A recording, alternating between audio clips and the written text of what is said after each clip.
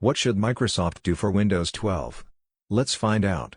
Windows 12 is the next anticipated version of Windows, set to be released sometime in late 2024. It will be the successor to Windows 11, and Windows 12 is expected to have tight integration with artificial intelligence services, as well as a bunch of new and improved features and functionality. However, there also seems to be some major concern surrounding the minimum hardware requirements, as Windows 11 already forces users to purchase newer hardware capable of running the latest version of Windows. SSDs are likely to be a mandatory requirement for Windows 12 as well, so you can expect to see a similar situation to what we have now, and with Windows 10 still holding a dominant market share, it will be difficult for Microsoft to get people to move on, especially if this is cost prohibitive, to which many people simply cannot afford newer systems, and stick with the current one they are using.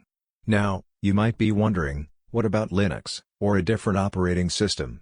The problem with Linux is that it lacks a lot of major support from both software and hardware developers. This means that it can be much harder to accomplish the same or similar tasks on Linux, and the hardware support can be a hit or a miss, and it can be frustrating for newbies who have just started using Linux, and Linux also has a steep learning curve that the majority of PC users are not prepared to learn, so Linux is pretty much out of the question for the majority of PC users. I would only recommend using Linux if you have the time, skill, and knowledge necessary to use it, and you would also have to look at the many hundreds of distros that exist. Some are specifically for new users, such as Ubuntu or Linux Mint, while others like Arch Linux give you a completely minimalist environment to which you can build up on, and this is great, but Linux is just too hard for the average person to use, so many will stick with Windows, or find an easier alternative, such as Google's Chrome OS, which is their Linux-based operating system that comes on Chromebooks and Chromeboxes, but a new solution exists for home users, Chrome OS Flex, which is a version of Chrome OS designed to be used on older hardware.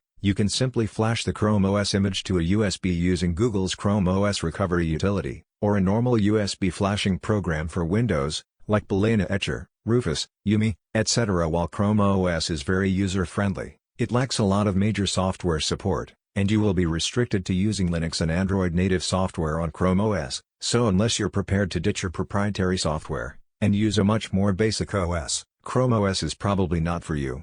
Windows 12 will see the introduction of new artificial intelligence features, as we have already seen a huge growth with AI over the last 6 or so months. Windows 11 notably now has Copilot, which is actually just Bing Chat as a standalone app for Windows 11.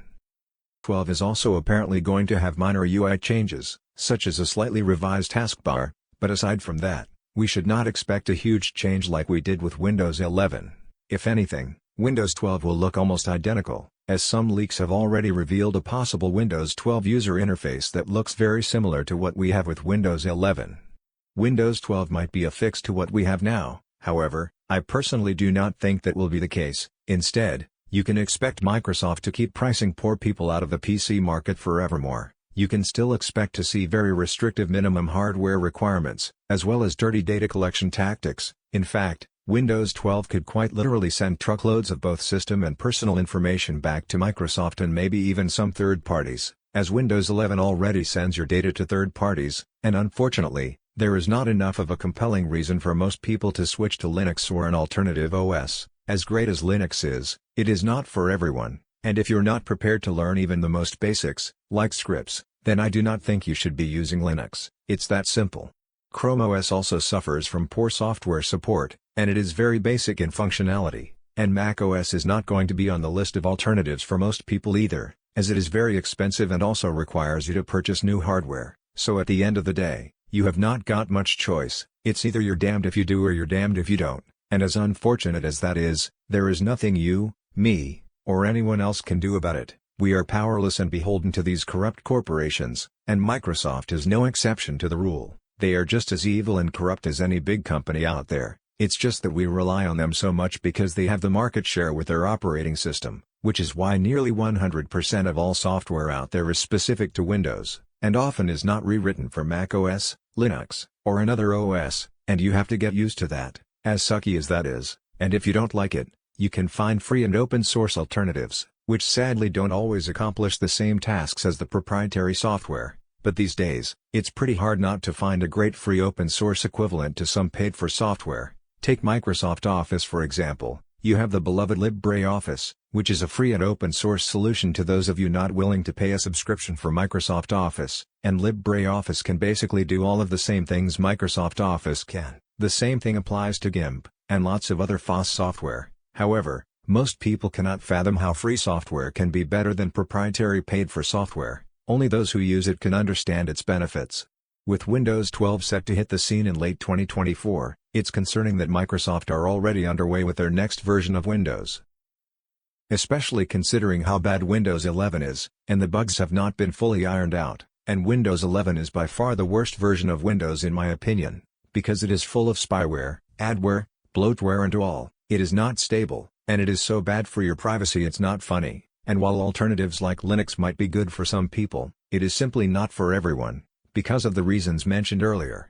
Windows 12 should be expected to be no better than Windows 11, as we are very likely going to see the same, if not, more of what we already have with Windows 11, and more control should be expected to be taken away from you, the user, and some people are starting to get fed up with being treated like shit by Microsoft. This is why there are some individuals who wish to move to Linux, as it offers them a free, open source, more reliable and more private alternative to both Windows and Mac OS. Linux does not have any bloat, spyware, adware, or telemetry data collection. It comes in many so-called flavors, better known as distributions. It does not force you to update whenever new updates are available, and there is a great plethora of free and open source software for you to discover. So if you really want to make the switch to Linux, I greatly encourage you to do so. However, Linux is not for the majority of PC users. As mentioned earlier, only the most tech-savvy people and tech enthusiasts will likely be the ones who switch to Linux. As for Mac OS, that is specifically for wealthy people,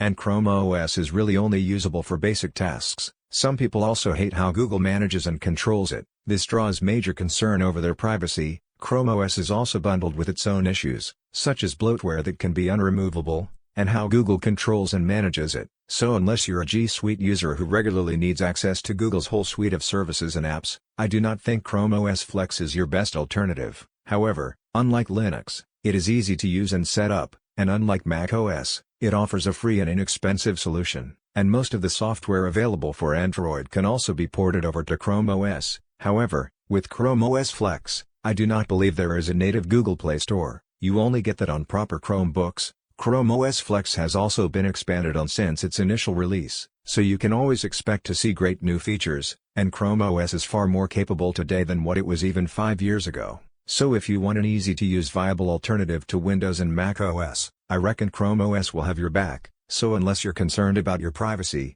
or you don't like Chrome OS, it's probably the best alternative for most people, as most people do not want to have to learn something new. And while Chrome OS is quite limited, software-wise, it is certainly a viable and feasible alternative to Microsoft Windows. It too can revive older hardware really well, like Linux. With all that out of the way, it's now time to wrap up this video.